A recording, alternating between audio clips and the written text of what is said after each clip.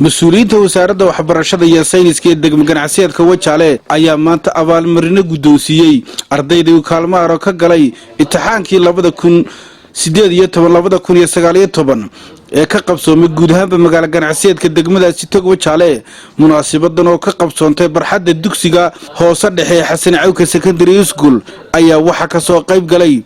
gudoomiyaha wasaaradda waxbarashada iyo sayniska ee degmada Wajaale Aadan Sheekh Abubakar maamulaha dugsiga hoose dhexe Xasan Cawke Marwalduux Ali Aqli waalidiin iyo marti sharaf kale aad u tiro badan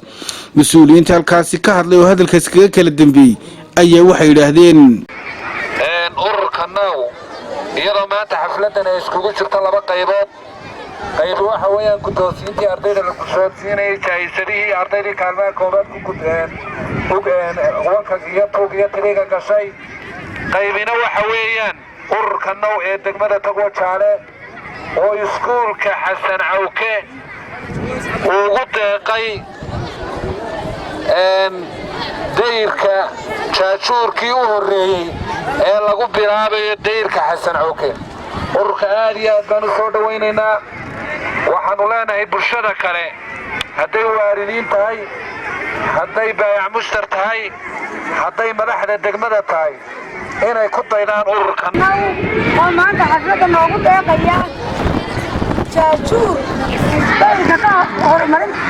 aga waa iskuulkii Xasan Cawke inta badan waalidiintu kama warhayaan ardayda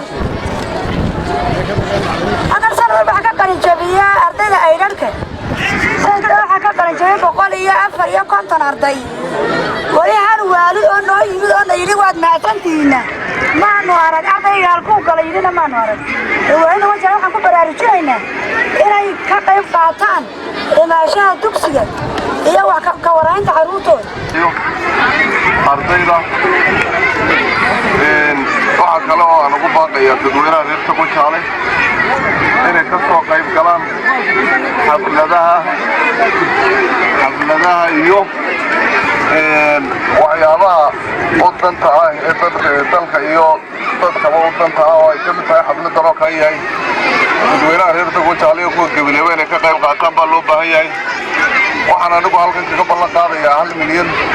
oo aan barigii horena u ballan qaaday ku bixiyay dugsiga sidaa darteed waxaan leeyahay dadweynaha reer Gabiley hanagala qayb qaataan tiirkan ballaaran ee loo samaynayo dugsiga hoose dhexe ee Xasan Cawke waxaas waa mustaqbalkeena iyo maxaydanay wixii aan ka shaqaynaynay waxa la yiraahdaa dalka la maalgashado dadka la maalgashadaana oo meesha way taalaa waxaan leeyahay iskoolka ay dhex fadhiyaan waad arkaysaa 20 sano iyagoo qodobin iskoolka joognaa hor waloo la hadlamo waynu ka hadalnaa sidii weegahay waynu arkaynaa waxaan u sheegaynaa dadweynaha cid kasta oo qaban karta iyo cid kasta oo danaynaysa waxbarashadeena in iskoolka wax loo qabto deyrkiisa waad arkaysaan fulmadiisa waad arkaysaan wadayna nadaahana maxay leeyeen aan dawladda wax ka sugno furhaantii wax badan inoo qabsooy maayaan laakiin waxaan inaan nadaahna doonaynaa waxaan haysanaayo waxa noogu dara marka maanta anagu maanta waxaan doonaynaa inaan ku wareejino gudoomiyaha dugsiga inaan ku wareejino 600 oo midho jaajuure tii koowaadna noqon mayso ee waanu maxay haydayeen la socon doonaa had iyo jeer waana soo horlin doonaa laakiin waxaan leenahay anagu ururkano waxaanu leenahay maamulkana mid baan leeyahay degmada Wajaale waxaan leeyahay waa in ay xaafado sameeyaan haddii ay xaafado sameeyaan oo maanta Wajaale xaafad ay noqoto oo ay u sameeyaan xaafadiiba maxay ugu yaraan 10 gudi ay u sameeyaan oo rag iyo dumar bay isku jirta runaantii sida waynu dhaami lahayd geesta kale ururka haweenka ee now ee degmo ganacsiyeedka Wajaale iyo gudoomiyihii hore ee degmada Wajaale ayaa iyagu qadar lacageed iyo jaajuur iskugu jira guddoonsiiyay maamulaha dugsiga hoose dhexe Xasan Cawke Secondary School iyo gudoomiyaha wasaaradda waxbarashada iyo sayniska ee degmada Wajaale qadarkaasi oo ay kaga qayb qaadanayaan xayndaab loo samaynayo dugsiga hoose dhexe Xasan Cawke Secondary School kaasi oo baahi weyn u qabay isla markaasina ay mas'uuliyiinta waxbarashadu ay la kadeednaayeen xayawaanka iyo carruurta oo inta badan waxyeello soo gaarsiiya agabka wasaaradda waxbarashada ee degmadaasi Wajaale